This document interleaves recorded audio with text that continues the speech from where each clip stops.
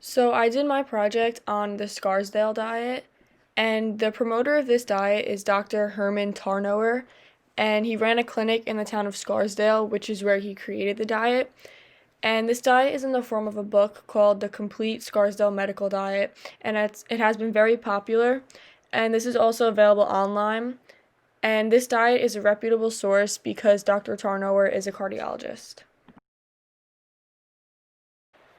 So, an explanation of this diet is that it only allows 1,000 calories per day, no matter the size, and it has extremely strict rules, especially during the first 14 days. And this is a low fat, high protein diet, and there's no miracle food to eat. You want to limit all beans, fruits such as avocados, all dairy, and eat more raw vegetables, wheat, and fruits such as grapefruit. This diet does not specifically eliminate one group of foods, but there is a limited amount of foods that you can eat. It has a very rigid menu, and there isn't any physical activity that's encouraged. So, a typical day in a week of the Scarsdale diet would look like breakfast being one half of a grapefruit and one slice of protein bread with no spread. Lunch would be canned tuna and salad plain with oil free dressing. And dinner is lamb with no fat and salad with lemon dressing. So there's two phases of this diet. The first one is called the Scarsdale 14-day medical diet, and this is when you can only consume 1,000 calories per day. This is a 2-week period, and foods that are eliminated are corn, beans, lentils, potatoes, and all other beans, and you will lose 20 pounds after these 14 days. Phase 2 is called the Keep Trim program, and calorie limit is lifted a little bit and only used if desired weight is not lost in the first 2 weeks of phase 1. So some of the costs associated with this diet is that it doesn't require a lot of money because you're not consuming a lot of food since you're only taking in 1,000 calories a day. And this diet is very hard to follow because it only allows a certain amount of calories no matter your size or gender or weight. And it requires the purchase of low-calorie foods such as lean meat, non-fat dairy, protein bread, eggs, green leafy vegetables, carrots, celery, canned tuna, tea, and diet soda.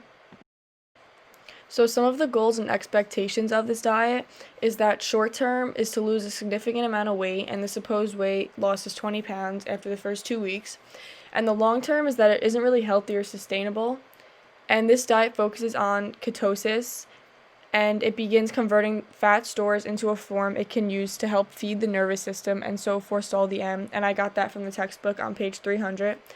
And this diet is very restricted in calories, and it would be better to follow one that is a little less strict because it's not reasonable because it's way too low in calories.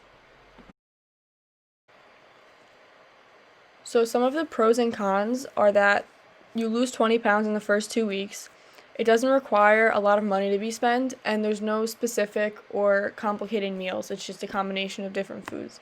And some of the cons are that a lot of healthy foods that are restricted in this diet, if they were eaten, there would still be a significant amount of weight loss. So there's really unnecessary foods that are being restricted. And the rules of this diet are way too strict and really hard to follow. And the weight loss is unsustainable. So some of the long-term effect and consequences of this diet is that although it helps people lose a lot of weight in the first 2 weeks, there's a lot of long-term negative effects. 1,000 calories in a day for an adult is a really big decrease of the usual caloric intake, and the recommendations are way too low.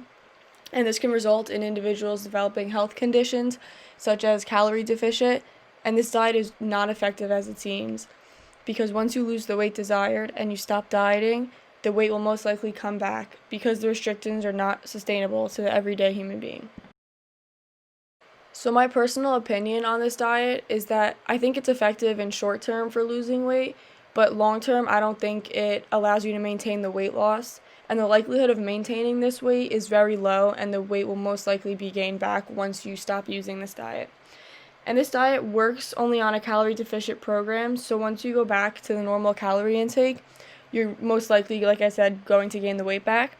And I don't believe this diet is beneficial or healthy for athletes and anyone in general who is active because the calorie intake is way too low, and this will result in energy loss.